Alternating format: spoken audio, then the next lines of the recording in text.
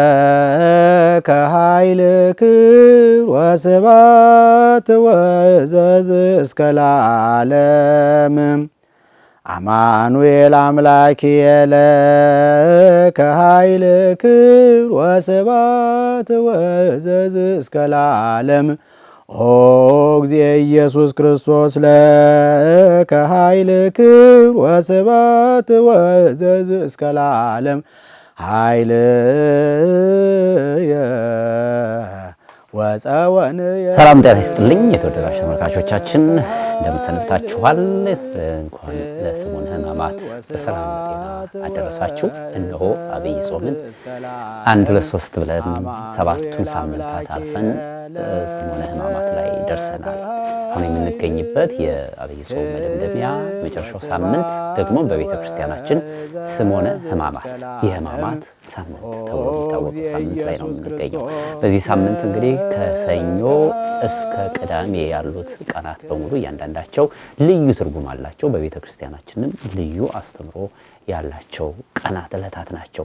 እያንዳንዱ ዕለት 24 ሰዓት ማለት በሚቻል ሁኔታ የአገልግሎት ጊዜ አገልግሎት ሰዓት ሆነው ነው የሚታዩት ወይም ደግሞ የሚወሰዱት በቤተ ክርስቲያናችን። እነዚህ ቀናት እንደው በዋናነት ምን አበይት ሁነቶች ተከናወኑባቸው የሚለውን እያነሳን የክርስቶስን ሕማም በትንሹ ጨለፍ አድርገን ደግሞ ለእናንተ የምናደርስ ይሆናል። እንደተለመደው ሁሉ ከኛ ጋር የሰነበቱት ሊቀ ጉባኤ ጌታሁን ድምፀ በዋሽንግተን ዲሲ ርዕሰ አድባራት ደብረ ሰላም ቅድስት ማርያም ቤተክርስቲያን ስብከተ ወንጌል ኃላፊ እኛ ጋር ይገኛሉ።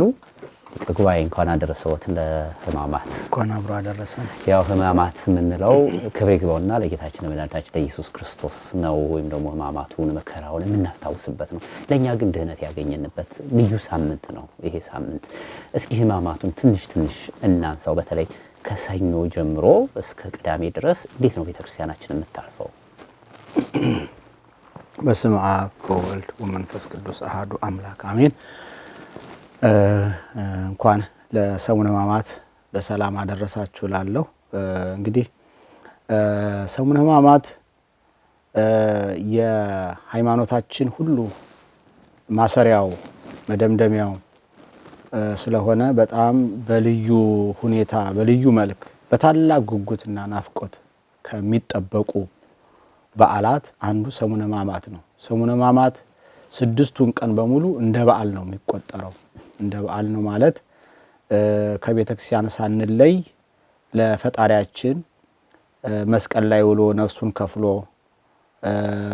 የሰው ቋንቋ የፍጡራን አንደበት ሊገልጠው ሊናገረው የማይችለውን መከራ ተቀብሎ ከወደቅንበት ያነሳን ከረከስንበት የቀደሰን የፈጣሪያችን የኢየሱስ ክርስቶስን መከራውን ሕማሙን ስቃዩን የምናስብበት ስለሆነ በጣም በጉጉት ከሚጠበቁ አንዱ ሰሙነ ሕማማት ነው። የትንሣኤው ዋዜማም ስለሆነ ትንሣኤውንም በታላቅ ጉጉት ስለምንጠብቅ ስለዚህ ሰሙነ ሕማማት ትልቅ በጣም የተወደደ ሳምንት ነው። ግሪኮች ታላቁ ሰንበት ይሉታል እና በጣም ስርዓቱም ዓመታዊ ስርዓት ነው ማለት በሌላ ጊዜ የማይደረግ ስርዓት ነው በሰሙነ ሕማማት የሚደረገው። ቀለሞቹም በሰሙነ ሕማማት የሚደረጉ ጸሎቶቹ፣ አገልግሎቱ፣ ስርዓቱ በአጠቃላይ ክንዋኔው በሙሉ በዓመት አንድ ጊዜ ነው የሚያገኘው። ከዚያ ውጭ አይደረግም እና የዓመት ቀለም ነው ቀለሙ ራሱ። ስለዚህ እንግዲህ ከስሙ ስንነሳ ሰሙነ ሕማማት ማለት ያው የሁለት ቃል ጥምር ነው። የሕማማት ሳምንት የሕማማት ሰሞን ማለት ነው። ሕማማት የሚለው የግዕዝ ቃል ነው። ሐመ ከሚለው ግስ ይወጣ ነው። ሐመ ሁለት ትርጉም አለው። ሐመ ታመመ ይሆናል። ሐመ መከራ ተቀበለ፣ ተሰቃየ፣ ተንገላታ ማለት ይሆናል። ስለዚህ ለጌታችን የምንቀጽለው ሁለተኛውን ነው። ሐመ ታመመ ይሄኛ ጨጓራ ጉንፋን ታመምን ለማለት ታመም ልንል እንችላለን። ይሄ ደዌ ብለን የምንገልጠው ማለት ነው። ደዌ ታመመ ሐመ ታመመ ሊባል ይችላል። ግን ሐመ መከራ ተቀበለ፣ ተንገላታ፣ ተሰቃየ ማለት ነውና ነስአ ደዌነ ወጾረ ሕማመነ እንዳለ ነብዩ ደዌያችንን ተቀበለ ሕመማችንንም ተሸከመ እንዳለው ስለዚህ አምላካችን ታመመ ስንል ይሄኛ የምንታመመው ሕመም ሳይሆን ስለኛ ብሎ መከራ ተቀበለ ተሰቃየ ተንገላታ ለማለት ነው እና እንግዲህ ሕማማት ጠቅላላ የሚነበቡ ምንባባቱ ሁሉ ስለ መከራው ስለ ስቃዩ ስለ እንግልቱ የሚናገሩ ናቸው። በዚሁ በሰሙነ ሕማማት የሚነበብ መደበኛ ንባብ አለ። ለዚሁ አባቶቻችን ለዚሁ ዓላማ ያዘጋጁት መጽሐፍ አለ። እሱ ምን ይባላል? ግብረ ሕማማት ተብሎ ይጠራል። ግብረ ሕማማት ማለት በጥሬ ሲተረጎም የሕማማት ስራ ግብር ማለት ነው። ዞሮ ዞሮ ጸሎትም ስራ ነው፣ አምልኮትም ስራ ነው። ዮናስ ስራህ ምንድነው ባሉት ጊዜ የብሱንና ባህሩን የፈጠረውን አምላክ ማምለክ ነው ስራዬ እንዳለው እግዚአብሔርን ማምለክ ወደ እግዚአብሔር መጾም መጸለይ መማጸን ስራ ነው፣ ራሱ ስራ ነው። ስለዚህ ግብረ ሕማማት ማለት የሕማሙን ነገር የሚዘክር የሕማሙን ነገር የሚያወሳ ስራ እንደማለት ነው እና እንግዲህ ግብረ ሕማማት ያው ከሐዋርያት ዘመን ጀምሮ ሰሙነ ሕማማት ይከበር ነበረ። በተለይ ደግሞ እንግዲህ ከአራተኛው መቶ ክፍለ ዘመን ወዲህ የበለጠ ቅርጽ እየያዘ ስርዓት እየተጨመረ ከጊዜ ወደ ጊዜ እየተጠናከረ ሕግ እየወጣለት በተለይ በእኛ ደግሞ በሀገራችን በኢትዮጵያ ቅዱስ ያሬድን ክብር ይግባውና ቅዱስ ያሬድ ከተነሳበት ወዲህ ደግሞ በጣም እጅግ በሚደንቅ መልኩ በሌሎቹ አሃት አብያተ ክርስቲያናት የማይገኝ ስርዓት ነው እኛ ስርዓት ያለው። የቅዱስ ያሬድን ድርሰት ብናወጣው ከስርዓቱ በጣም መሳጭነቱ ጥያቄ ላይ ይወድቃል። እውነት ለመናገር ምናልባት ተመስጦ ለማግኘት እንቸገራለን። ግን ቅዱስ ያሬድ በእውነት እንዴት አድርጎ በሰሙነ ሕማማት የሚባሉትን ቀለሞች እንዴት አድርጎ እንዳዘጋጃቸው እጅግ የሚያስለቅሱ የሚያስተክዙ የስግደቶቹ ቀለሞች ይሄ ኪርያላይሶ ለካህይል የሚባለው እንዴት የሚያሳዝን በአራራዩም በግዕዙም በእዝሉም ነው ያስቀመጠው። በተለይ ከሰኞ እስከ ረቡዕ ግዕዝ ነው፣ ከረቡዕ ማታ ሐሙስ አራራይ ነው፣ እንደገና ስቅለት ደግሞ እዝል ነው። በሶስቱም ዜማ ግን ሰሙነ ሕማማት ይዘከራል። በሶስቱም ዜማ ሰኞ፣ ማክሰኞ፣ ሮብ ጠዋት ድረስ ግዕዝ ነው የሚባለው። እንደገና ደግሞ ከረቡዕ ማታ ጀምሮ ከሰርኩ ጸሎት ጀምሮ ሐሙስ ሙሉውን አራራይ ዜማ ነው የሚባለው። እንደገና ስቅለትን ስናይ ዓርብን ደግሞ እዝል ነው። እዝል ደግሞ በጣም ከሌሎቹ የዜማ ስልቶች እጅግ የሚያስተክዝ የሚያሳዝን የሚያስለቅስ ነው። ማህዘኒ ዜማ ይሉታል። በጣም እጅግ ልብ የሚነካ የዜማ ስልት ነው ያዘጋጀለት እና ይሄ የሐዘን ሙሾ አለ አይደል? አገር ቤት ራሱ ሙሾ የሚያወምሹ ልክ እንዴት ነው የተለየ የሚያሳዝን ዜማ እንዳለ ሁሉ ቅዱስ ያሬድ በዚያ መልኩ ነው ያዘጋጀው። ከሌሎቹ ዜማዎች የተለየ ነው እና በዚያ ነው የሚከናወነው ማለት ነው። እንግዲህ የግብረ ሕማማት በየሰዓት ተከፍሎ ነው የተዘጋጀው። 24 ሰዓት ለ24 ሰዓት የሚሆን ነው። ሰኞ 24 ሰዓት፣ ማክሰኞ ሁሉም 24 ሰዓት ነው። ሌሊትም ቀንም ማለት ነው። ሌሊትም ቀንም ነው። ግን አንዳንድ ጊዜ ከድካም የተነሳ አባቶቻችን ንባቡን ይደርቡታል ማለት ምንድነው? የሌሊቱን ቀደም ብለው ቶሎ ወደዚህ ምክንያቱም ያው ድካምም ስላለ የሌሊቱን የተወሰነውን ሰዓት ደርበው ቶሎ ይሉታል ማለት ነውና ግን ዞሮ 24 ሰዓት የተዘጋጀው በሰዓት ነው። ንባቡ ብቻ አይደለም ዜማውም ጭምር እንደዛው ነውና ምናልባት እነዚህ ግዕዝ ለአራራይ ልዩነታቸውን ወደፊት እናያቸዋለን። ሰፊ ስለሆነ እና ትልቁ ነገር ግብረ ሕማማት እንደ ዝንቅ ነው። ዚቅ እንበለው። ዚቅ ማለት እስትጉቡእ ማለት ነው እና ከዚያም የተውጣጣ ነው። ከኦሪት መስቀል በአማርኛው ዝንቅ ይሉታል። አዎ በደሞ በዚህ በሊቃውንቱ ደግሞ ዚቅ ነው። ዚቅ አሁን ዚቅ አስተዋጽኦ ትስትግቡ ማለት ነው። አዎ እና ግብረ ሕማማት የተዘጋጀው እንዳን የኦሪት ታሪኮች እዛ ውስጥ አሉ። ከዚህ ከአምስቱ ብሔረ ኦሪት የተውጣጡ አሉ። ከነቢያት የትንቢት ቃል የተቀመጡ አሉ። ከዳዊት መዝሙራት፣ ከሃይማኖተ አበው በተለይ ከድርሳናት፣ ከገርላት፣ ከተለያዩ በአጠቃላይ ስለ ጌታችን ስለ ኢየሱስ ክርስቶስ መከራ መስቀል የሚተነትኑ ትንታኔዎች፣ ድርሰቶች ይነበባሉ ማለት ነው። አንዳንድ ጊዜ ትርጓሜው ሁሉ ሳይቀር ትርጓሜው አሁን ለምሳሌ ነቢዩ ኢሳይያስ የተናገረውን ዮሐንስ አፈወርቅ የተረጎመው፣ ቄርሎስ የተረጎመው፣ ኤጲፋኒዮስ የተረጎመው፣ ሌሎቹም እነዚህ በአራተኛው በአምስተኛውና በስድስተኛው ክፍለ ዘመን የነበሩ ሊቃውንት ነቢያት የተናገሩትን የትንቢት ቃል የተረጎሙት ሁሉ ሳይቀር ይነበባል የዚያን ቃል በጣም እና የተለየ ሐሳብ የተለየ ምስጢር ያለው ነው ማለት ነው። እና እንግዲህ ግብረ ሕማማት ያው በተቻለ መጠን እንትን ነው አልፎ አልፎ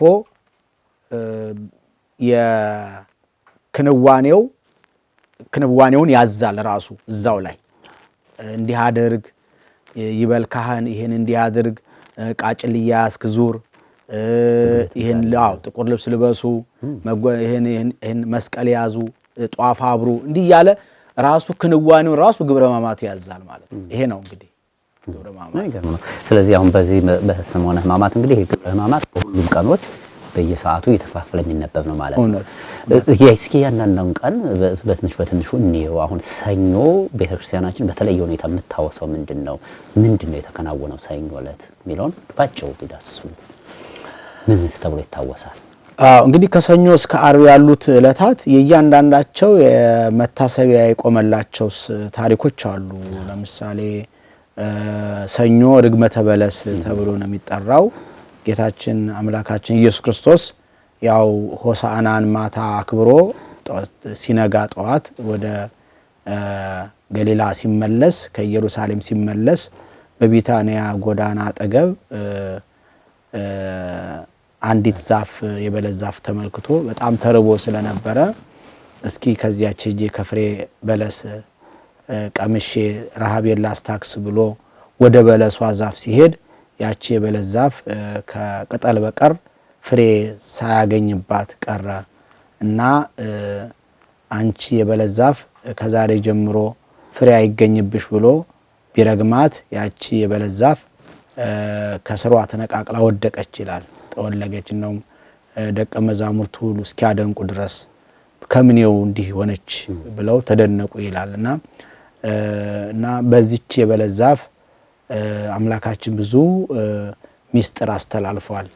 ሲጀመር አምላካችን ተራበ የሚለው ቋንቋ የተቀጸለለት ሰው መሆኑን ስጋ መልበሱን ለማጠየቅ ነው እንጂ እንግዲህ 40 ቀን 40 ሌሊት ከቆመ ሳይቀመጥ ከጀመረ ሳያቋርጥ በገዳመ ቆሮንቶስ እንደጾመ እናውቃለን። እና እንኳን እሱ ያደረባቸው የመረጣቸው ቅዱሳን እህል ባፋቸው ሳይዞር 4 ወር 5 ወር ሲጾሙ እናያለን። ከዚያም በላይ እህል ሳይቀምሱ እንዲኖሩ ማድረግ የሚችል አምላክ ነው። ግን ተራበ የተባለበት ትልቁ ምክንያት ረሃብ የሚስማማውን የሰውን ስጋ እንደለበሰ ለማስረዳት ፍጹም ሰው ፍጹም አምላክ መሆኑን ለማሳየት ነው።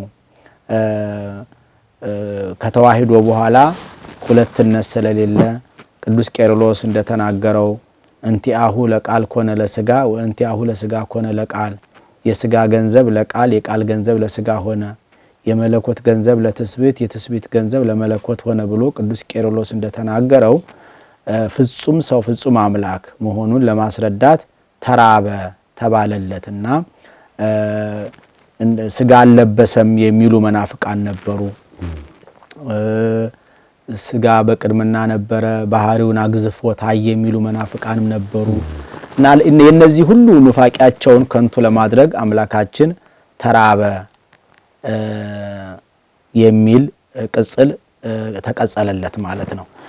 እንግዲህ ይሄንን እንደጨረስን እንደገና የቺ የበለስ ዛፍ ፍሬ እንዳልያዘች ያውቅ የለም ወይ?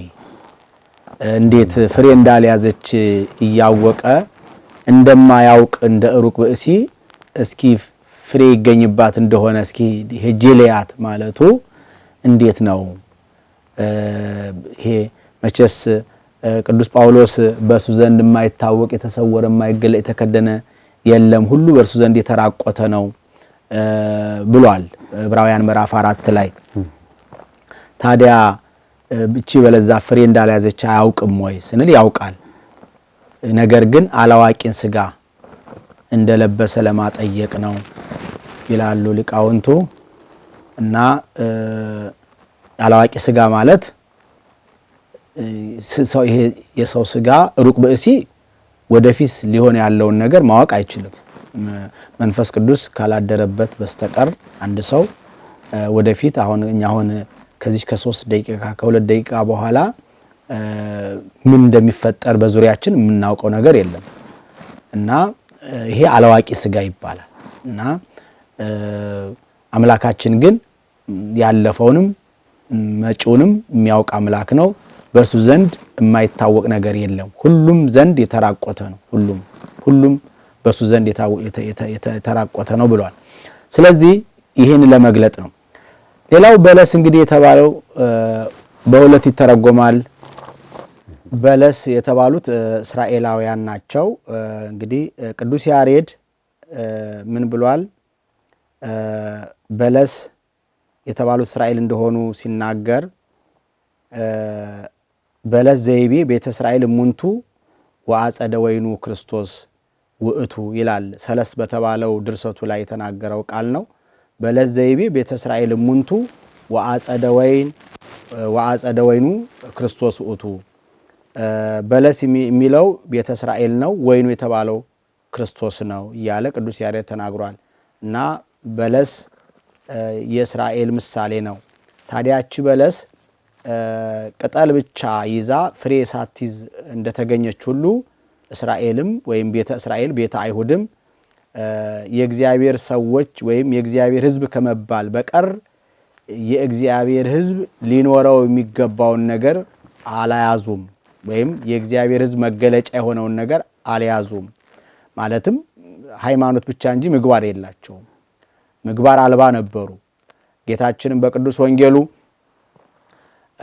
የአብርሃም ልጆች ነን ብለው ለሚመጻደቁ በቁጣሩ የዘር ሐረግ ለሚመኩ ለአይሁድ ሲናገር እናንተ አባታችሁ አብርሃም አይደለም፣ አባታችሁ ዲያብሎስ ነው። አብርሃም መንገድ የጠፋበት የደከመ ሰው ሲያበላ ሲያጠጣ ነው እንጂ እንደዚህ ነፍስ ለመግደል የሚሮጥ ሰው አይደለም። ነፍሰ ገዳይ እናንተ እኔን ለመግደል ትፈልጋላችሁ። ስለዚህ ይህ የዲያብሎስ ስራ ነው። ዲያብሎስ ከጥንት ጀምሮ ነፍሰ ገዳይ ነውና፣ ስለዚህ አባታችሁ አብርሃም ሳይሆን ዲያብሎስ ነው፣ የሱን ስራ ለመስራት ነው የምትፈልጉት ብሎ ገስጿቸዋል። ስለዚህ አይሁድ ፍሬ ምግባር የሃይማኖት ፍሬ የሃይማኖት ስራ አይሰሩም ነበር። ግን ያው ሕገ ኦሪቱን እናውቀዋለን፣ ቃሉ ከልባችን ሞልቶ ተርፏል ሲሉ ከልብሳቸው ላይ ሳይቀር ጠልፈውት ይሄዳሉ። የአብርሃም ልጆች ነን እያሉ በአብርሃም ልጅነት ይመኩ ነበረ። በአብርሃም አባትነት ይመኩ ነበር። እንደውም መጥምቀ መለኮት ቅዱስ ዮሐንስ አብርሃም አባት አለን በማለት የምትድኑ እንዳይመስላችሁ ከዚህ ከመጣባችሁ መቅሰፍት ታመልጡ ዘንድ መኑ አመረክሙ ማን ነገራችሁ እያለ ገስጿቸዋል። ስለዚህ በለስ የተባሉት እስራኤል ነው። ያቺ በለስ ቅጠሏን አስፍታ ቅርንጫፏን አንሰራፍታ ፍሬ እንዳልተገኘባት ሁሉ ቤተ እስራኤልም ሃይማኖታውያን እየመሰሉ የእግዚአብሔር ሕዝብ እየመሰሉ የእግዚአብሔርን ሕግ እናውቃለን እያሉ ነገር ግን እንደ አሕዛብ ያለ ኑሮ የሚኖሩ ነበሩ። በውስጣቸው ቅሚያ፣ ስስት፣ ነቀፌታ እና ልዩ ልዩ ኃጢአት ሞልቶባቸው እያለ እነሱ ግን እንደ ሃይማኖታውያን ሰዎች ለይምሰል ይመላለሱ ነበር። ጌታችንም እናንተ ግብዞች የተለሰነ መቃብር የምትመስሉ ወዮላችሁ ያላቸው ለዚህ ነው። የተለሰነ መቃብር እንደሚታወቀው በውጭ ያምራል።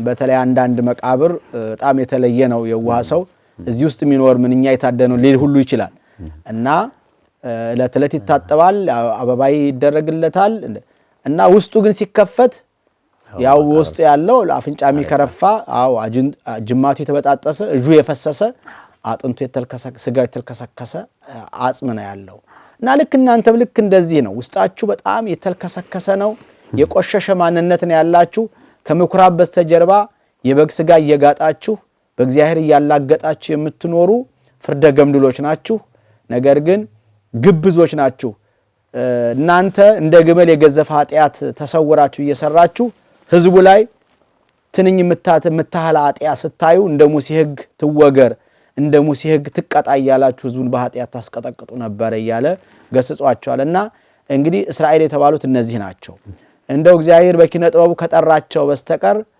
ብዙዎቹ በእውነት ለዚህ ክብር አልተመረጡም ከእስራኤል መካከል በጣም ጥቂቶች ናቸው ክርስቶስን የተከተሉ በእውነት አብዛኞቹ ያው በአመፀኝነት ጸንተው ነው ያሉት ወደ ገዛ ወገኖቹ መጣ የገዛ ወገኖቹም አልተቀበሉትም ተብሎ እንደተነገረው ያው ከሰቀሉትም በኋላ በዛው ደሙ በእኛና በልጆቻችን ላይ ይውረድ ብለው ከመሳለቅ ውጪ ያደረገውን ተአምራት የሰራውን ትሩፋት ተመልክተው እንኳን ብዙዎቹ አልተከተሉትም አላመኑበትም እና በሆሳዕና ጥቂቱን አበርክቶ ስለመገባቸው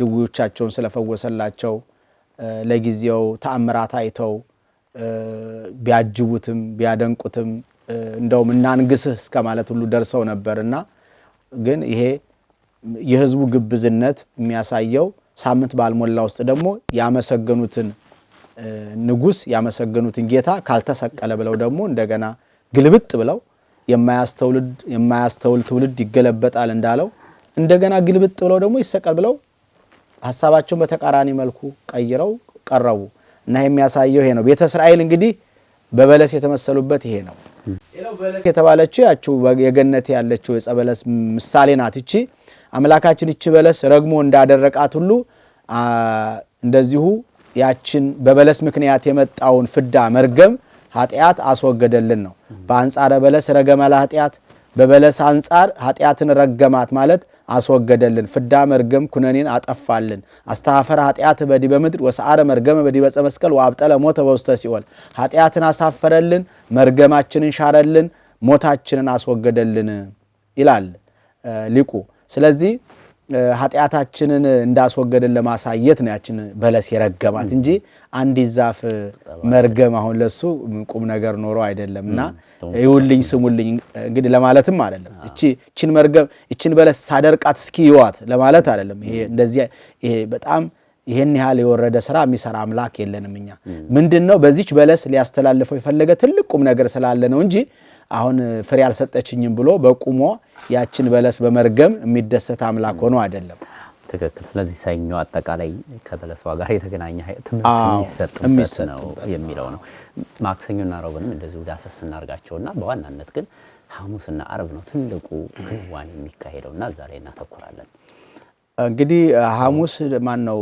ሰሉስ ደግሞ ወይ ማክሰኞ ፈውሰ ዮስቄና ነው ዮስቄና የምትባል ሴት አለች ስሟን ያው በትውፊት ነው አባቶቻችን የነገሩን መጽሐፍ ቅዱስ ስሟን አልነገረንም እቺ ሴት 12 ዓመት ደም ይፈሳት የነበረች ሴት ናት በጣም የምታሳዝን ሴት ናት እንግዲህ እንኳን 12 ዓመት ቀርቶ ወራት ያህል ደም መፍሰስ ሳያቋርጥ ደም መፍሰስ ቀላል ነገር አይደለም መቼም ለተአምር ያቆያት ከሐሊነቱን ለከዛ አይነ ስውሩን ያ ከናቱ ማፀን ጀምሮ ውር ሆኖ የተወለደው ደቀ መዛሙርቱ በማን ኃጢአት ነው ይሄ ሰው የአይነ ስውር ሆኖ የተወለደው ባሉት ጊዜ የእግዚአብሔር ሥራ በርሱ እንዲገለጥ ነው አላለም አልካውንም እቺን ሴት ከሐሊነቱ እንዲገልጥባት ስላቆማ ስላጸናት ነው እንጂ በሰውኛ ቢሆን ኖሮ እውነትም እንኳን 12 ዓመት ቀርቶ የተወሰኑ ዓመታት ደም ሲፈስ ያው ብዙ ነገር ነውና ይሄን ያህል ዓመት መቆየት አትችልም ነበር ግን እግዚአብሔር ለዚህ ዓላማ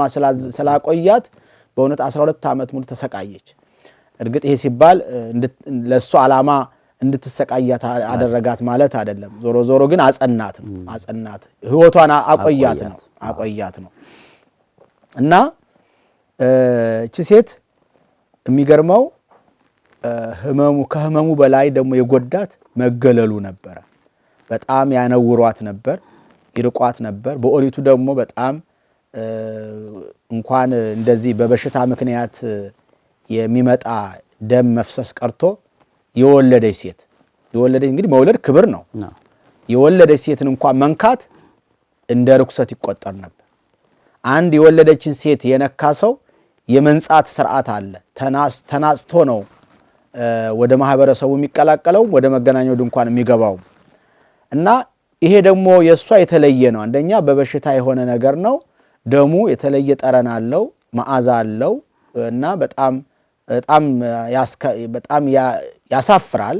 ስለዚህ እቺ ሴት ራሷን በማፈሯ እንደዚሁም በሌሎቹም ደግሞ በማግለላቸው ምክንያት ትሰቃይ ነበር እና ከዚህ ደዌ እንድትላቀቅ ያልሞከረችው ነገር የለም።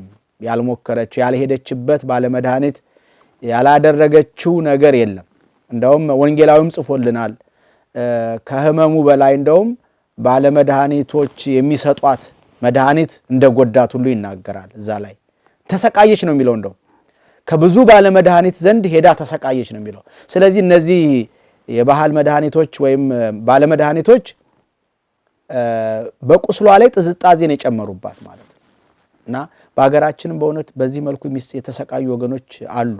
በተለይ የባህል መድኃኒት እያሉ የሚሰጧቸው አይታወቅም፣ አይመረመርም እና ያንን ይወስዳሉ።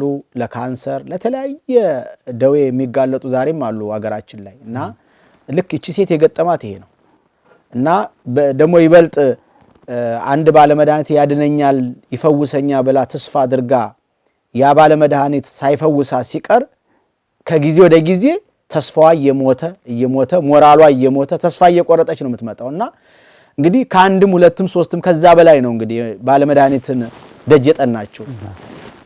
ደግሞ በራሱ ባለመድኃኒት እንዲሁ በቀላሉ አይገኝም።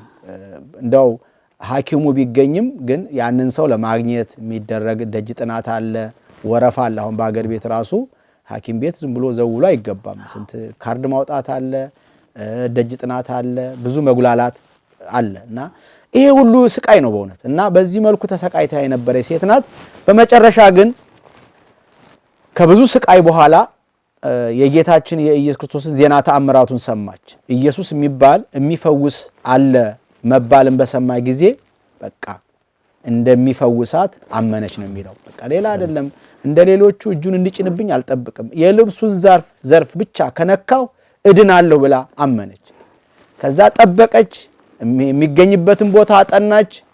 በጣም ብዙ ሕዝብ ይከተለው ስለነበረ በጣም በታላቅ ፍርሃትና ረዓድ እየተንቀጠቀጠች ተጋፍታ እጆቿን ዘርግታ አሾልካ የጌታችን የልብሱን ዘርፍ ብትነካ ወዲያው የደሟ ምንጭ ቆመ ነው የሚለው ወንጌላዊ የማርቆስ ወንጌል ምዕራፍ 5 ከቁጥር 25 ላይ ተጽፎ ይገኛል። ወዲያው እንደዳነች እንደተፈወሰች ከሰውነቷ ተረዳች ይላል እና አምላካችንም መኑ ገሰሰ ጽንፈ ልብሴን የነካ ማን ነው ብሎ ጠየቃቸው ደቀ መዛሙርቱንና እንደውም እንዴ ጌታ ሆይ ይሄ ሁሉ ሕዝብ እየተጋፋህ ልብሴን ማን ነካ እንዴት ትላለህ አሉት። አይ የሷ መንካት እንደሌላው አይደለም፣ ኃይል ከሰውነቴ ሲወጣ ታወቀኝ አለ ይላል እና ከዛ በኋላ መጨረሻ ላይ የሆነውን ነገር ሁሉ ነገረችው ነው የሚለው ወንጌላዊ። ይሄ ኑዛዜን የሚያመለክት ነው በእውነት የሆነውን ነገር ሁሉ ነገረችው ማለት እንግዲህ ታሪኳ አልተጻፈም፣ የነገረችው ነገር አልተጻፈልንም እንጂ ዞሮ ዞሮ የሆነውን ነገር ነገረችው ይላል። አስረዳችው። አንቺ ሴት እምነትሽ አድኖሻል በሰላም ሂጂ ብሎ ፈውሶ አሰናበታት። ያችም ሴት በእውነቱ በዳነው ሕይወቷ ያዳናትን ጌታ በማመስገን ለሱ ክብር በመዘመር ጸንታ ኖራለች። ከዳኑት ክፍል ሆና ከ36 ቅዱሳት አንስት አንዷ ሆና ደቀ መዝሙር ሆናለች። የሱን ዜና ሞቱን ዜና ትንሣኤውን ከሚመሰክሩ ተደምራለች ማለት ነው። ስለዚህ እቺ ሴት ታሪኳ የሚዘከርበት ነው እንግዲህ ዕለተ ሰሉስ ይላሉ። ሌላው ዕለተ ረቡዕ ያው ጌታችን ኢየሱስ ክርስቶስ እንዲሰቀል የአይሁድ ሸንጎ የሞት ቅጣት ይገባዋል ብለው ውሳኔ የወሰኑበት የተፈራረሙበትና ውሳኔውን ያጸደቁበት ነው እና ይሄ ሸንጎ ሳንሄድሪን የሚባል ሸንጎ ነው። የሸንጎ የአይሁድ ሸንጎ ነው። የዚህ ሸንጎ ዋናው ዓላማው የአይሁድን ባህል፣ ትውፊት፣ ስርዓት፣ አምልኮ የሚጠብቅ የሚከታተል ነው። ለስርዓታቸው እንባ ጠባቂ ማለት ነው እና አምላካችንም በአምላካችን ላይም የሞት ፍርድ የፈረዱበትም ሕጋችንን ተላልፏል በሚል ነው። የሰንበትን ሽሯል፣ የሙሴን ሕግ ጥሷል፣ አምላክ ነኝ ብሏል። በአምላካችን በእግዚአብሔር ላይ እሱ ተሳልቋል ብለው በሐሰት ነው የከሰሱትና ስለዚህ ይሄን ውሳኔ ወሰኑበት ነው። እነዚህ አይሁድና ያው ወስነውም አልቀረም እንግዲህ በማግስቱ ሐሙስ ማታ ከራሱ ደቀ መዛሙርት አንዱ ከሆነው ከይሁዳ ጋር ተመሳጥረው ጉቦ ከፍለው ያዙት ሐሙስ ማታ። እዛ እንግዲህ ያው እሱን ከተቀበሉ በኋላ አንዱ በቡጢ አንዱ በጥፊ አንዱ በርግጫ አንዱ በጡጫ እያለ መከራ ሲያሳዩት ነው ያደሩት። አንዴ ወደ ጲላጦስ ሲወስዱት፣ አንዴ ወደ ሄሮድስ፣ አንዴ ወደ ሐና፣ አንዴ ወደ ቀያፋ ሲወስዱ ሌሊቱን ሙሉ በእውነት ቀን ከአሰቃዩት ያላነሰ ነው ሌሊት ያሰቃዩትና በዚያ መሰረት ነው ሐሙስ ያው የኦሪትን መስዋዕት የሻረበት የወንጌልን መስዋዕት የሾመበት የኦሪትን ስርዓት ያሳለፈበት የወንጌልን ስርዓት ያጸናበት ነው። ስለዚህ ሚስጥረ ቁርባኑ የተሰጠን የተሾመልን በሐሙስ ጸሎተ ሐሙስ ነው። ስለዚህ ህብስቱን አንስቶ ባርኮ ቀድሶ አመስግኖ ቆርሶ እንካችሁ ስለእናንተ የሚፈተተው ስጋዬ ነው፣ ስለ ዓለም ሁሉ ቤዛ የሚሆን ስጋዬ ነው፣ እንካችሁ ብሉ ብሎ ሰጣቸው። ወይኑንም አንስቶ ባርኮ ቀድሶ አክብሮ ለውጦ ስለ ዓለም ሁሉ ስሬት፣ ስለ ዓለም ሁሉ ኃጢአት፣ ስለ ሰው ልጅ ኃጢአት የሚፈሰው ደሜ ይሄ ነው ጠጡ አላቸው። ወዲያውኑ ትኩስ ስጋ ትኩስ ደም ሆኖላቸው ነበረ ይላል እና ለእንደውም ቢፈሩበት ለአብነት እንዲሆን ለማስደፈር እሱ ራሱ ቆርቦ አቁርቧቸዋል ይላሉ ሊቃውንቱ። በሁለት ምክንያት ነው። አንደኛ ትኩስ ስጋ ትኩስ ደም ስለነበረ እንዳይፈሩ እንደ ባለመድኃኒት አንድ ባለመድኃኒት አይዞ ምንም አይልህም ብሎ ቀምሶ እንደሚያቀምስ ለዛ ነው። ሁለተኛው ደግሞ ለአብነት ነው። ዛሬ ካህን አቀብዬ ሳልቀበል ልውጣ እንዳይል ለካህናት ምሳሌ ለመሆን አብነት ለመሆን ራሱ ቆርቦ ተቀብሎ አቁርቧቸዋል ይላሉ ሊቃውንቱ መተርጉማኑ። ስለዚህ በዚያ መሰረት ሚስጥረ ቁርባንን ያሳየበት ያስረዳበት ነው። ቅዳሴው ስርዓቱ የተለየ ነው። ያው በጣም ቅዳሴው ወደ አመሻሹ አካባቢ ነው የሚገባው ቅዳሴ። የቅዳሴውም ስርዓት ትንሽ ቃጭላ አይመታም፣ በጸናጽል ነው የሚገባው። ይሄ ሰላም ተንሱ ለጸሎት ሲባል ተሰጥኦ ራሱ በተወሰነ መልኩ ትንሽ ለወጥ ይላል።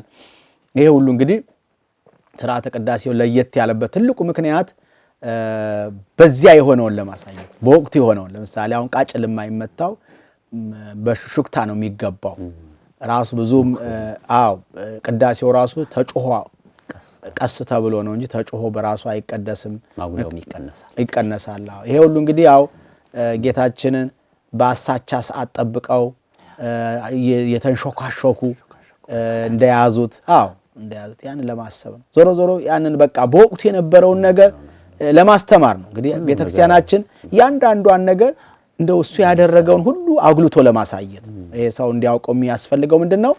አሁን መሳሳም አይፈቀድም፣ መስቀል መሳለም አይፈቀድም ሲባል አሁን ይሄ ሁሉ የጌታችንን ተአምራቱን ስራዎቹን አጉልቶ ለማሳየት። ለምሳሌ መሳሳም አይፈቀዱ በሰሙነ ሕማማት ይሁዳ በሐሰት በሽንገላ ስሙ አሳልፎ ስለሰጠው፣ ስለዚህ የሽንገላን ሰላምታ እንቃወማለን፣ የይሁዳን ግብር የይሁዳን ስራ እንቃወማለን ስንል ነው።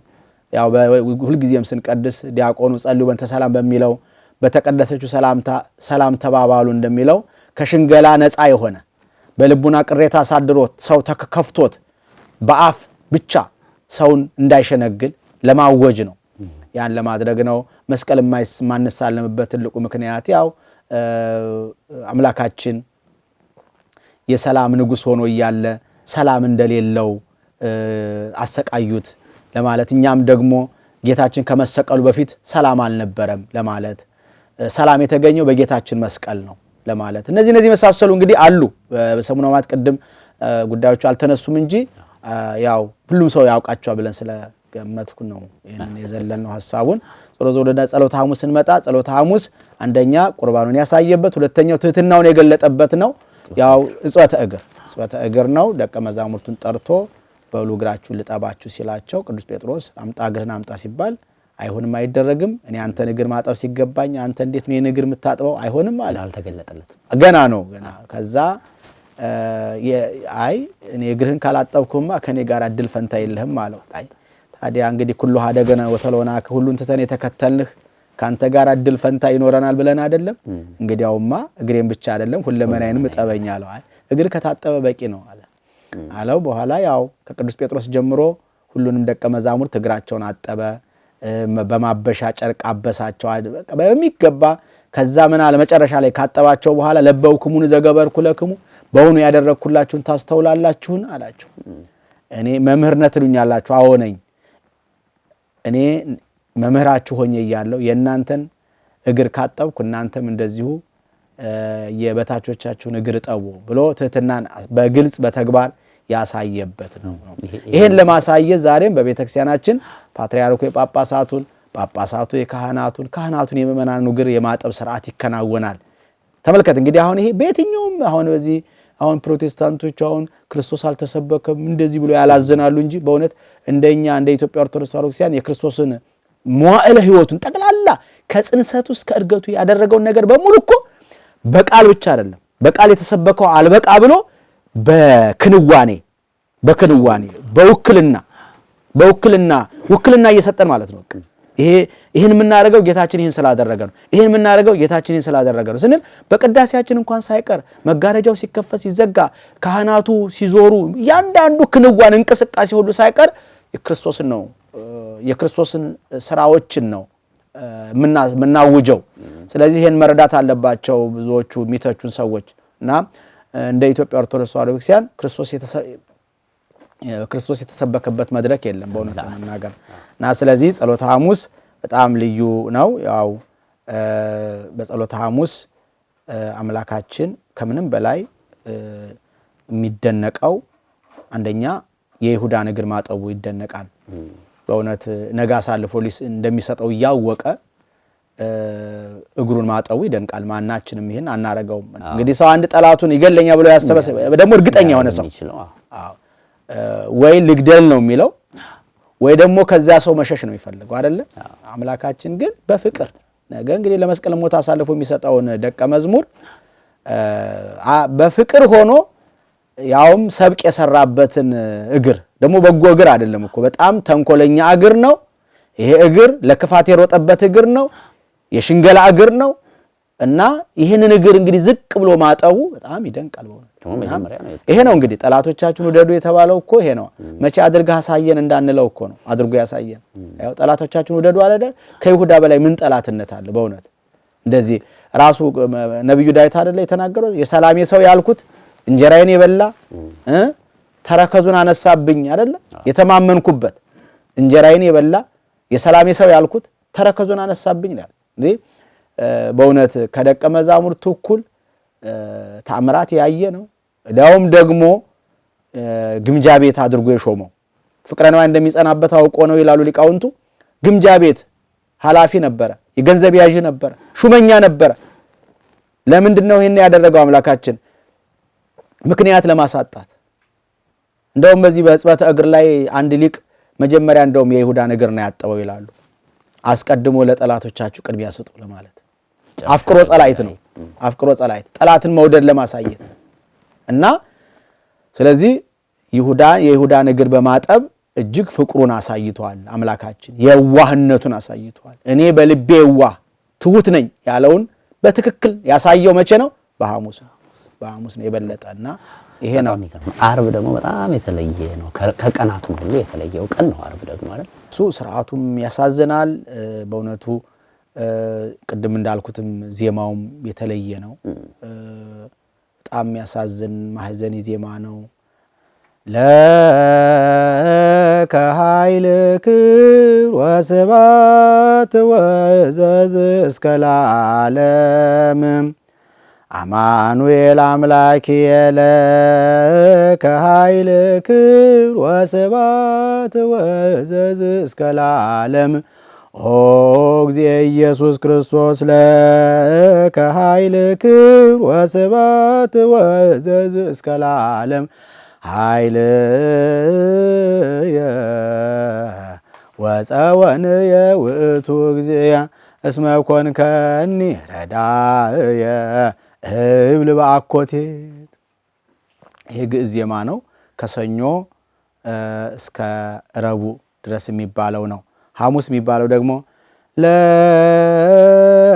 ኃይል ክብር ወስብሐት ወዕዘዝ እስከ ለዓለም አማኑኤል አምላክየ ለከ ኃይል ክብር ወስብሐት ወዕዘዝ እስከ ለዓለም ኦ እግዚእ ኢየሱስ ክርስቶስ ለከ ኃይል ክብር ወስብሐት ወዕዘዝ እስከ ለዓለም ኃይልየ ወፀወንየ ውእቱ እግዚእ እስመ ኮንከኒ ረዳእየ እብል በአኮቴት።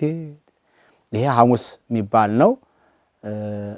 ከዛ ዓርብ ለከ ኃይል ክብር ወስብሐት ወዕዘዝ እስከ ለዓለም አማኑኤል አምላክየ ለከ ኃይል ክብር ወስብሐት ወዕዘዝ እስከ ለዓለም ኦ እግዚእ ኢየሱስ ክርስቶስ ለከ ኃይል ክብር ወስብሐት ወዕዘዝ እስከ ለዓለም ኃይልየ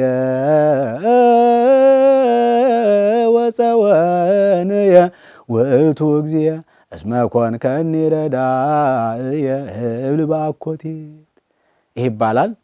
ሌላው ኪርያላይሶም እንደዚሁ ግዕዝ ዝላራራ ያለው ለምሳሌ ግዕዙ ኪርያላይሶ ኪርያላይሶን ኪርያላይሶን ኪርያላይሶ ኪርያላይሶ ኪርያላይሶ ምኖዲናኢ ኪርያላይሶ እያለ ይሄዳል። አራራዩ ኪርያላይሶ ኪርያላይሶ ኪርያላይሶን ኪርያላይሶ ኪርያላይሶ ኪርያላይሶ እምኖዲናይን ኪርያላይሶ። ይሄ አራራዩ ነው፣ ሐሙስ የሚባለው ማለት ነው። ከዛ የዓርቡ ደግሞ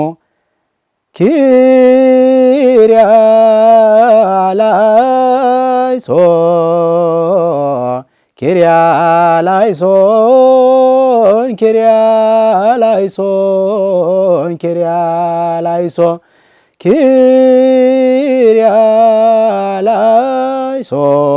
ኪርያላይሶን ኪርያላይሶን እምኖዲናይን ኪርያላይሶ። እንዲህ እያለ እንግዲህ የሚቀጥል ነው። ያው ሌሎቹም ቀለሞች ሁሉም ግዕዝ እዝል አራራይ የሚደረጉ ናቸው። ከሰኞ እስከ ረቡዕ ግዕዝ ነው። ሐሙስ አራራይ ነው። ዓርብ እዝል ነው ማለት ነው። ጠቅላላ እንግዲህ ከሌሊቱ ጀምሮ ካህናት የሚለብሱት ልብስ ራሱ የተለየ ነው። በተለይ ከፍ ከፍ ያሉ አድባራት ለስቅለት ብቻ ተብሎ የሚወጣ ልብስ አለ። አሁን በዓታ የስቅለት ልብስ ለብቻው ነው የሚወጣው። ይሄ ልክ እንደ አስተናጋጅ አለ እንደዚህ የሚሸረጥ የሐዘን ምልክት እኮ ነው የሚያሳይ። ይሄ አሁን ብዙ ጊዜ እንደ ሰንበት ትምህርት ቤቶች የሚያደርጉት አይነት አለ አይደል? እንደዚያ ግብጾች ያደርጋሉ። ብዙ ጊዜ የግብጾች ዲያቆናት እሱ ነው የሚደረገው። እና ቀሚሱ ጥቁር ይሆናል። አንዳንድ ጊዜ ዥንጉርጉርም እንደ ቀይ ከለሜዳም ያደርጋል። ያው የራሱን ልብስ ገፋው ከለሜዳ አለበሱት ይደለ እሱን ያደርጋሉ እና ይሸረጣል። ያ እንግዲህ በአገራችንም ቢሆን አንድ ሀዘንተኛ ወገቡን ሸብ ያደርጋል። በጣም ማዘኑን ሀዘን ከባድ ነው እና እናትም ቢሆን አሁን ወይ ዘመድ ወገን ሲሞት ልጇ ቢሞትባት ወገቧን ታስራለች፣ ታሸርጣለች ማለት ነው እና ያ እንግዲህ ሀዘናችንን ለመግለጥ ነው እና በዚያ መልኩ ነው። በተረፈ እንግዲህ ያው ኪርያላይሶ ስግደቱ ዜማው ራሱ እጅግ የተለየ ነው እና በእውነት የመልክአ ሕማማቱ ይደርሳል። መልክአ ሕማማቱ በጣም የሚያሳዝን ነው። የአባ ጊዮርጊስ ዘጋስጫ ድርሰት ነው። ስለ መከራው፣ ስለ ስቃዩ፣ በፈጠረው ምላስ ስለመሰደቡ፣ ምራከ ርቁስ የርኩሳን ምራቅ ስለመቀበሉ፣ ስለመዋረዱ በአጠቃላይ የደረሰበት ልዩ ልዩ ጸዋትወ መከራ ደስ በሚል ቃል የገለጠበት በጣም በሚመስጥ አገላለጥ ያስቀመጠበት በስንኝ የተቀመጠ ነው። መልክአ ሕማማት ይባላል። እሱ የሰዓቱ አለው። የነጋ አለ፣ የ3 ሰዓት አለ፣ የ6 ሰዓት አለ፣ የ9 ሰዓት አለ፣ የሰርክ አለ፣ የመንፈቀ ሌሊት አለ። እነዚህ ሁሉ ማሰሪያ ነው። ይሄ የአንድ ጓዝ የስርዓቱ ማጠናቀቂያው መልክአ ሕማማት ነው የሚቋጨው እና የተለየ ነው። በተረፈ እንግዲህ ያው በዚህ ቀን የምናያቸው ለየት ያሉ ትዕይንቶች አሉ። ለምሳሌ የቤተ መቅደስ ዕቃዎች ወደ ውጭ ይወጣሉ። ያው ስግደቱም እንዳለ ነው፣ ምንባቡም ለየት ያለ ነውና ይሄ ትርጉሙ ምንድነው? መጨረሻም ላይ ስንጨርስ ደግሞ ጥብጣብ የሚባል ነገር አለ። እነሱን እስኪ ያንሱን። እንግዲህ የቤተ መቅደሱ ንዋየ ቅድሳት የሚወጡበት ትልቁ ምክንያት ያው ጌታችን አምላካችን ኢየሱስ ክርስቶስ በተሰቀለ ጊዜ 7 ተአምራት ተደርገዋል።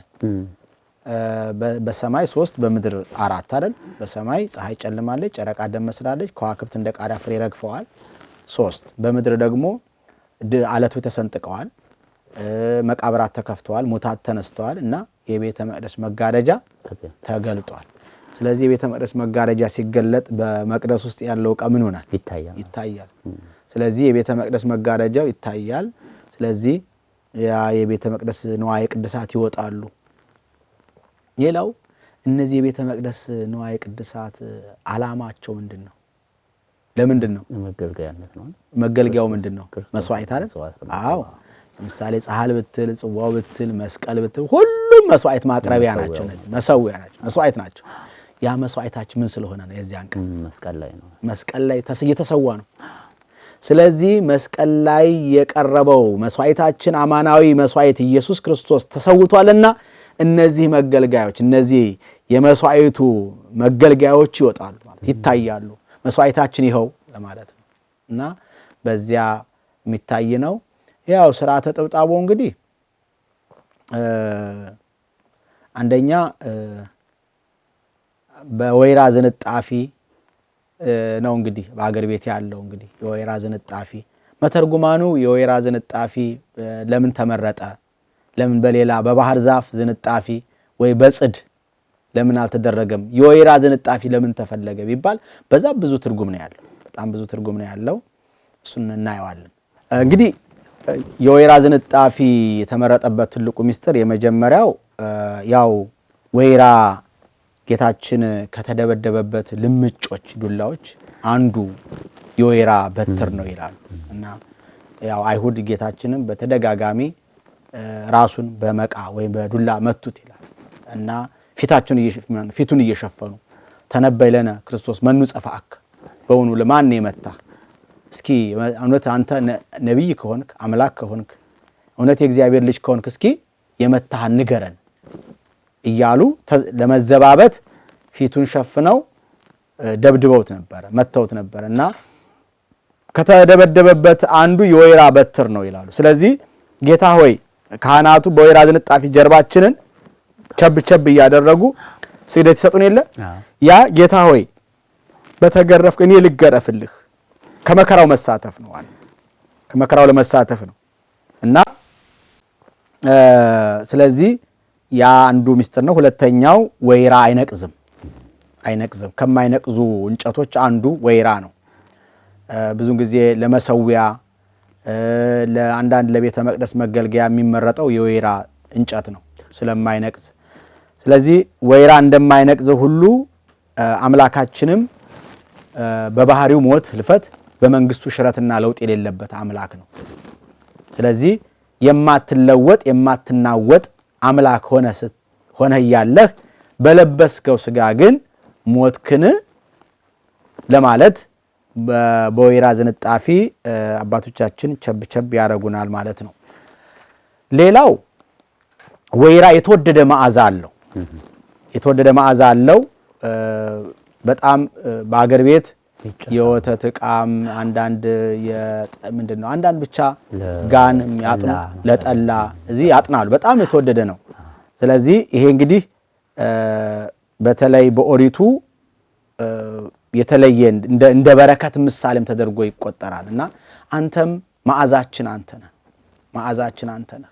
5500 ዘመን ሙሉ መዓዛ ሃይማኖት ጠፍቶብን፣ መዓዛ ምግባር ጠፍቶብን በእውነት መዓዛችን መጥፎ ይሸት ነበርና አሁን አንተ ግን መዓዛችን ለወጥክልን፣ የህይወት መዓዛ ሆንከን፣ የፍቅር መዓዛ ሆንከን ለማለት በወይራ ዝንጣፊ ያንን ስርዓት ያከናውናሉ።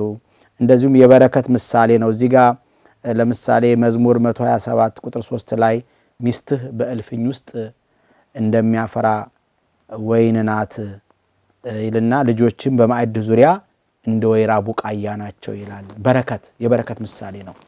አዎ በረከተ እግዚአብሔር የሚመሰለው በወይራ ነው እና አሁንም ቢሆን በረከተ ስጋ በረከተ ነፍስን ልታድለን መጣህ። ስለዚህ በከፈልከው መስዋዕትነት በፈጸምከው ቤዛነት በረከት ተቀበልን ስንል የወይራ ዝንጣፊን እንጠቀማለን ማለት ነው። እንደገናም ወይራ የደም ግባት ምሳሌ እንደሆነ መጽሐፍ ቅዱስ በብዙ ስፍራ ተጽፎ ይነግረናል። ለእስራኤል እንደ ጠል ሆነዋለሁ፣ እንደ አበባም ያብባል፣ እንደ ሊባኖስ ስሩን ይሰዳል፣ ቅርንጫፎቹም ይዘረጋሉ፣ ውበቱም እንደ ወይራ ነው ይላል። ውበቱም እንደ ወይራ እና ውበት በወይራ ይመሰላል። ቅድም አሁን ዘንባባን ባለፈው ዘንባባን የቁመት ምሳሌ ነው፣ የውበት ምሳሌ ነው እንዳልነው ማለት ነው። ስለዚህ እንደዛ ነው። የሀብትም የብልጽግና ምሳሌ ሆኖ ያገለግላል ወይራና በወይራ ነው የምንጠቀመው ማለት ነው። ዋናው ትልቁ ሚስጥሩ ግን የክርስቶስን ግርፋት ለመሳተፍ ከዚያ ከህማሙ ለመሳተፍ ነው አባቶቻችን ያን የሚያደርጉትና ያ ነው። ሌላ ደግሞ ወሬ ልምላሜው ደግሞ ተስፋ ነው። ልምላሜ የተስፋ ምሳሌ ነው። የበረከት ምሳሌ የብልጽግና ምሳሌ ነውና ስለዚህ ልምላሜ ጸጋ አገኘን፣ ልምላሜ በረከት አገኘን፣ ነፍሳችን ለመለመች በመስቀልህ ለማለት ነው እና ሲጨርሱ ደግሞ ካህናቱ ጧፍ አብርተው ንስብሖ ከመዘመሩ በፊት ደግሞ የሚቀጠቀጥ ነገርም አለ። እሱስ ምንድነው? እሱ እንግዲህ ያው ስርዓተ መርገመ ዘይሁዳ ነው፣ የይሁዳ እርግማን ነው። ብዙን ጊዜ አንዳንዶች ወዲህ የሚረግሟችሁ መርቁ እያልን ወዲህ ደግሞ ሰውን መርገም ተገቢ ነው ወይ ብለው በጣም ጥያቄ የሚያነሱ ተቃውሞ ሁሉ የሚያነሱ አሉ። ለይሁዳ ሩሩ ሆነው የሚቀርቡ አሉ። እኛ እርግጥ ይሄንን ስርዓት የምናከናውነው እውነት ለመናገር አንደኛ ቅድም በአንጻረ በለስ ረገማ ለኃጢአት እንዳልነው በይሁዳ አንጻር ግብሩን ለመቃወም ነው እንጂ ፐርሰናል እሱን ለመርገም አይደለም። አዎ ደግሞስ እሱ የረገመውን እኛ ምን መርቅ ማን? የሚረግሟችሁ መርቁ አለ እንጂ የሚረግሙኝን መርቁ አላለ። ልዩነት አለው። እግዚአብሔርን የሚረግሙትን ልንመርቅ አንችልም። ስለዚህ እናንተ 12ታችሁን ለሐዋርያነት የመረጥኩ አይደለምን? ነገር ግን ከናንተ አንዱ ዲያብሎስ ነው ይላል የዮሐንስ ወንጌል ምዕራፍ 6 ላይ አይደል? ስለዚህ እናንተን ለ12ታችሁን ለሐዋርያት መርጫችሁ እያለሁ ከናንተ አንዱ ዲያብሎስ ነው ብሎ ስለዚህ ይሁዳን መራገም ማንን መራገም ነው? ዲያብሎስን መራገም ነው። ግብሩን መራገም ነው። ግብሩን መቃወም ነው። ይሁዳ ግብር ምንድነው? ፍቅረ ነዋይ። ስለዚህ ፍቅረ ነዋይን እንራገማለን። የይሁዳ ግብር ምንድነው? ብልጠት፣ አጉል ብልጠትን እንራገማለን ነው። ለምን ይሁዳ በጣም ብልጥ ነበር ይባላል። ብልጥ ነበር እና እንደውም ንስሐ ያለ መግባቱ ምክንያት አንዱ ብልጠቱ ነው። ንስሐ ግባ ተብሎ ተነግሯል። ያው በቤተክርስቲያናችን የትውፊት አስተምሮ ይሁዳ የሞተው ጌታ ባረገ ቀን ነው። ጊዜ ነበረው እንግዲህ ከዛ በኋላ ሞትን ድል አድርጎ መነሳቱን ሳይሰማ አይቀርም። አይሁድ ሳይቀሩ ሰምተዋል እና ምንም በእውነት ይህን ሁሉ እያወቀ ንስሐ ለመግባቱ ይደንቃል። ግን እሱ ምንድን ነበር ዓላማው? አባቶቻችን እንደሚነግሩን ተጸጽቷል። ጸጸቱ ግን ከአጉል ብልጠት ጋር ስለነበር አልጠቀመውም። ንጹሕ ሰው አሳልፌ ስለሰጥቻችኋለሁና ወርቃችሁን እንካችሁ እሱን ግን ፍቱልኝ አለ። አይ እኛ የፈለከውን ሰተናል፣ አንተም ለኛ የፈለግነውን ሰተናልና ለራስ ወቅበት የራስ ጉዳይ፣ እኛ ምን ፈልገውን አግኝተናል፣ ዞር በላሉት። በኋላ ወርቁን በትኖላቸው ሄደ። እነሱ ግን ያንን የተበተነው ወርቅ ሰበሰቡና የደም መሬት ገዙበት ነው የሚለው እና ሄዶ ሊታነቅ ሞከረ፣ ግን አልቻለም። እንደውም ዛፏ ኦ ይሁዳ ነስህ ንስሐ ግባ ብላ እንደገሰጸች ሁሉ ይነገራል። እና ከዛ ምንድነው እሱ ዓላማው? ሲኦል ቀድሜል ብገባ ያው ከነፍሳት ጋር አብሬ እወጣለሁ ነው። ለምን? ትምህርቱን ሰምቷል። ከዚህ በረት ያልሆኑ ሌሎች በጎች አሉኝ እነሱን ላወጣ ይገባኛል እያለ ሲያስተምር ነበርና ያው እንግዲህ የመጣው ለኃጡም ለጻድቁም አይደለ። ስለዚህ እኔ ምንም ኃጢአት ብሰራም እንደው ከነ ሌሎቹ ኃጢአት የበለጠ አልሰራሁም፣ ስለዚህ ተንጠልጥዬ እወጣለሁ አይነት ነገር ነው እሱና በብልጠት መዳን እንደማይቻል በሃይማኖት ውስጥ ቅንነት የዋህነት እንጂ ብልጠት ቦታ እንደሌለው ለማስረዳት ግን አልተፈቀደለትም። ያው ታመመ፣ ሆዱ ተዘረገፈ፣ ያው በጨርቅ ሸፍነው ወሰዱት። ያኔ ያሰቀልከው ጌታ አረገ ሲባል ምንድነው ሆዱ ተዘርግፎ ሞተ ይላል እና አያለው እርገቱን አያለው ሲል ያትወለሃተ ከመይራይ ስብሐተ እግዚአብሔር ተብሎ የተነገረው ትንቢት ኃጢአተኛ የእግዚአብሔርን ግርማ የእግዚአብሔርን ክብር አያይም ተብሎ እንደተነገረው የእግዚአብሔርን ክብር አያለው ሲል ሳይሆንለት ያ ቁስለኛ ስለነበር ሆዱ ተዘርግፎ ሞተ ይላል እና ይሁዳ የሞተው ባረገበት ዕለት ነው፣ ጌታ ባረገ ቀን ነው። እና ስለዚህ ሁሉ ብልጠት ነውና ብልጠት እንራገማል፣ ብልጠትን እንቃወማል። ብልጠት ብዙዎቻው ብልጠትና ብልሃት የሚምታታባቸው አሉ። ብልጠት ብቻ ከመክበር ከብልጠት ይሄ በአቋራጭ መበልጸግ፣ ሰው የራሱ ሌላው የራሱ ጉዳይ፣ እኔ ብቻ ላግኝ፣ እኔ ብቻ ይመርብኝ፣ እኔ ብቻ ላግኝ የሚል ራሱ በራስ ወዳድነት ላይ ተመሰረተ ነው። ብልሃት ግን ከቅንነት ጋር ይሄደ ከየዋህነት ጋር ያለ ነው። ጌታም እንደ እባብ ብልህ እንደ ርግብ የዋህ ሁኑ አለ። ስለዚህ አንድ ክርስቲያን የዋህነትንና ብልሃትን አዋህዶ መያዝ አለበት። ስለዚህ ብልጠት እንደውም የብልሃት ተቃራኒ ነው፣ በጣም መጥፎ ቃል ነው። ስለዚህ ይሁዳ ብልጥ ነበረ እና ይሄንን ለመቃወም ፍቅረ ነዋይን ለመቃወም ሽንገላን ለመቃወም መምህር ብሎ ልክ እንደሚወድ ደቀ መዝሙር ወዳጅ መስሎ ስሞ መምህሩን አሳልፎ የሰጠ ስለሆነ ይሄን ሁሉ እንቃወማለን። ይሄ የሽንገላ ኑሮ እንቃወማለን። ሸንጋይ መሆን በሃይማኖታችን አይፈቀድም ለማለት ነው እና ይሄን ለመቃወም ነው። ስለዚህ ምን ነው የሚሏት ቃሏ ግጥቷን የሚያስታውስ እንግዲህ ጧፍ ያበራሉ በመቋሚያ ይይዛሉና ብዙ የማያውቀው ሰው ሌላ ነገር ይመስለዋል። አዎ ጧፍ ይበራል። ከዛ የሚነበቡ የዳዊት መዝሙራት አሉ። አንደኛው መዝሙር 108 ላይ ያለ ቃል ነው። ምናልባት እሱ ይሁዳን የሚያመለክት ስለሆነ ነው። ይሄ ልክ ጧፉ ይበራና በመቋሚያ ጫፍ ላይ ይበራል። ከዛም በኋላ የዳዊት መዝሙር ያስተዛዝላሉ። ይሄ መዝሙር 108 ስለ ይሁዳ የተነገረ የትንቢት ቃል ነው። የተወሰነውን ቃሉን እንመለከታለን። ምንድነው የሚለው? በአማርኛ ዘመኖቹ ጥቂት ይሁኑ ሹመቱንም ሌላ ይውሰድ ይላል። ዘመኖቹ ጥቂት ይሁኑ የተባለው ይሁዳ ነው። ያው ከሐዋርያት በፊት የሞተ ያውም በክፉ አሟሟት የሞተ ይሁዳ ነው። ስለዚህ ዘመኖቹ ጥቂት ናቸው ማለት ነው። ሹመቱንም ሌላ ይውሰዳት ይላል። አው የይሁዳን ሹመት ማቲያስ ወስዶታል፣ ተተክቶበታል። ከዚያ ምን አለ? ልጆቹ ድሃ አደግ ይሁኑ ሚስቱም መበለት ትሁን ይላል። አሁን ይሁዳ ሚስት አግብቶ ሳይሆን ልጆቹ የተባሉት የግብር ልጆቹ ናቸው። ስለዚህ መበለት ይሁኑ። መበለት ማለት ተቆርቋሪ ዘመድ የሌላት ብቸኛ ማለት ነው። ስለዚህ የይሁዳን ግብር የሚከተሉ ሰዎች ብቸኞች ናቸው፣ ተቆርቋሪ የሌላቸው ማለት ነው። ስለዚህ ያን ማለት ነው። ምን አለ? ልጆቹም ተናውጠው ይቅበዝበዙ ይለምኑም ከስፍራቸውም ይባረሩ። አዎ የይሁዳን ግብር የሚከተሉ በፍቅረ ነዋይ የሚናውዙ በሽንገላ የሚኖሩ ተንኮለኞች አጉል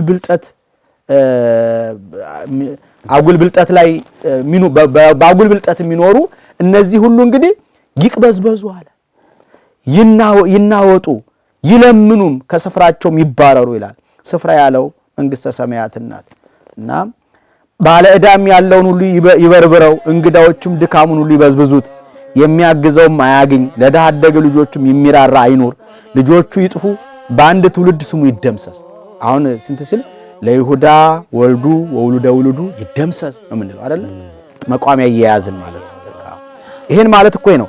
ምን አለ? የአባቶቹ ኃጢአት በእግዚአብሔር ፊት ትታሰብበት፣ ልጆቹ ይጥፉ፣ በአንድ ትውልድ ስሙ ይደምሰስ። የእናቱም ኃጢአት አትደምሰስ፣ በእግዚአብሔር ፊት ሁልጊዜ ይኑሩ። መታሰቢያቸው ከምድር ይጥፋ፣ ምሕረትን ያደርግ ዘንድ አላሰበምና።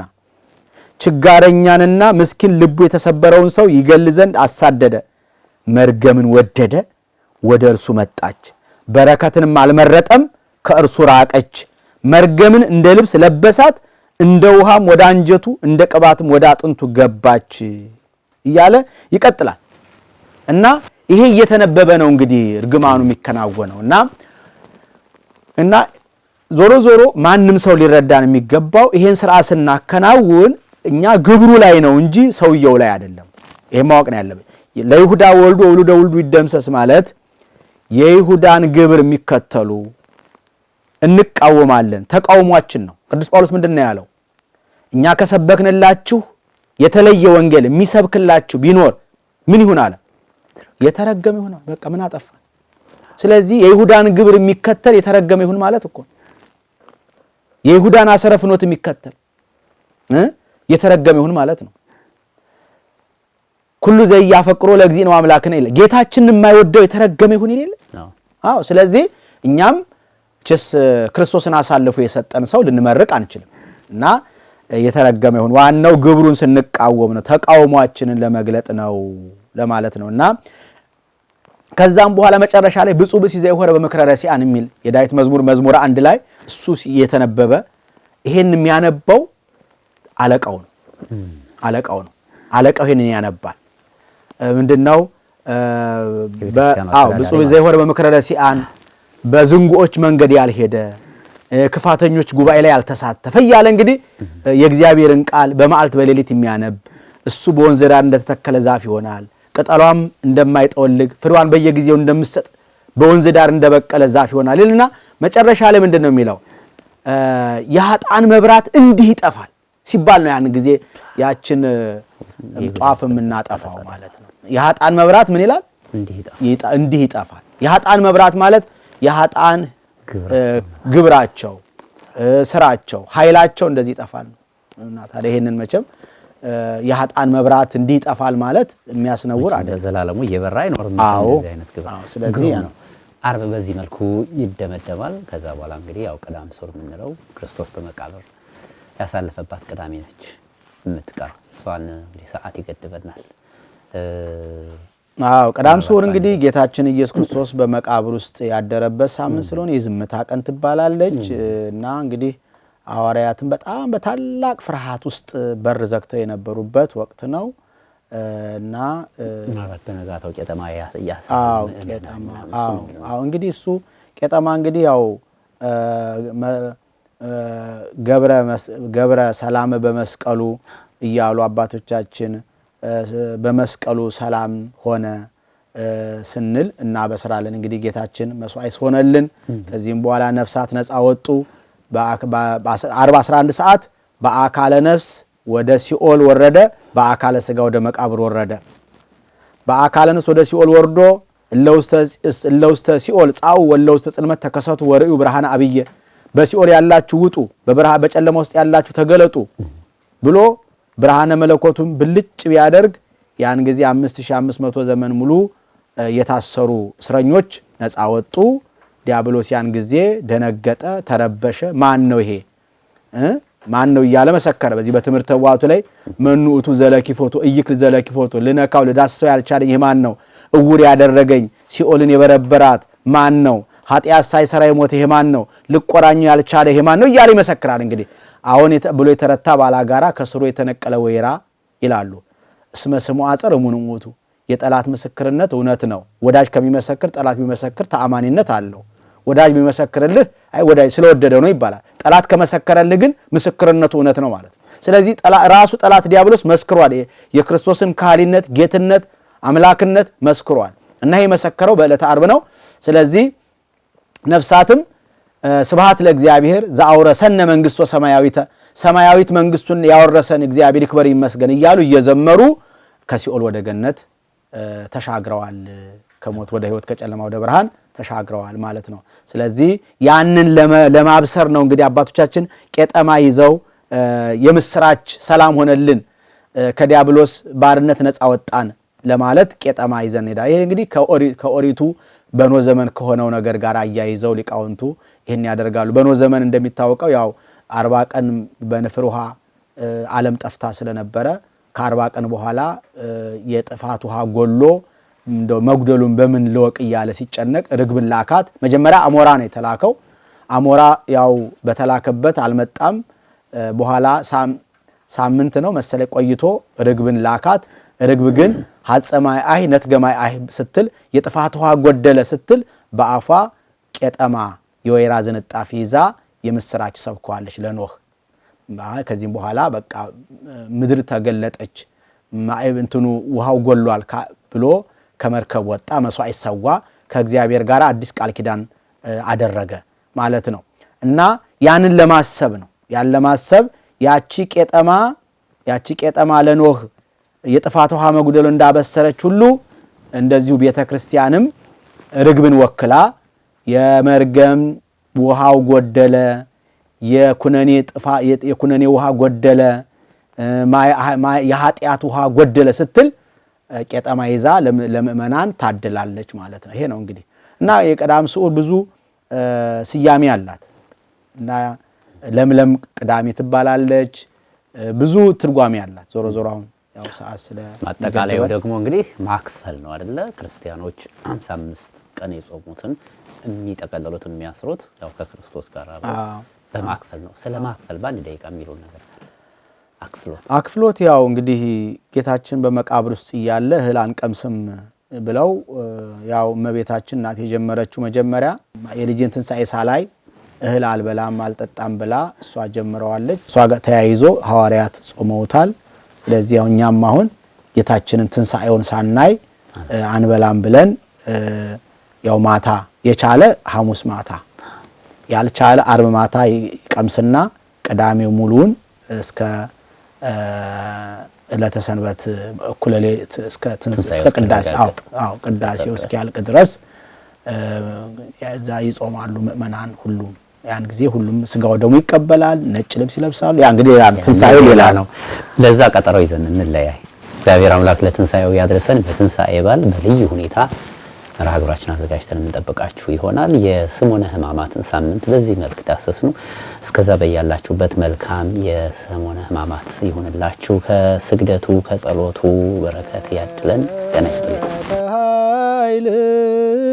ክብር ወስብሐት ወእዘዝ እስከ ለዓለም አማኑኤል አምላኪየ ለከ ኃይል ክብር ወስብሐት ወእዘዝ እስከ ለዓለም ኦ እግዚእ ኢየሱስ ክርስቶስ ለከ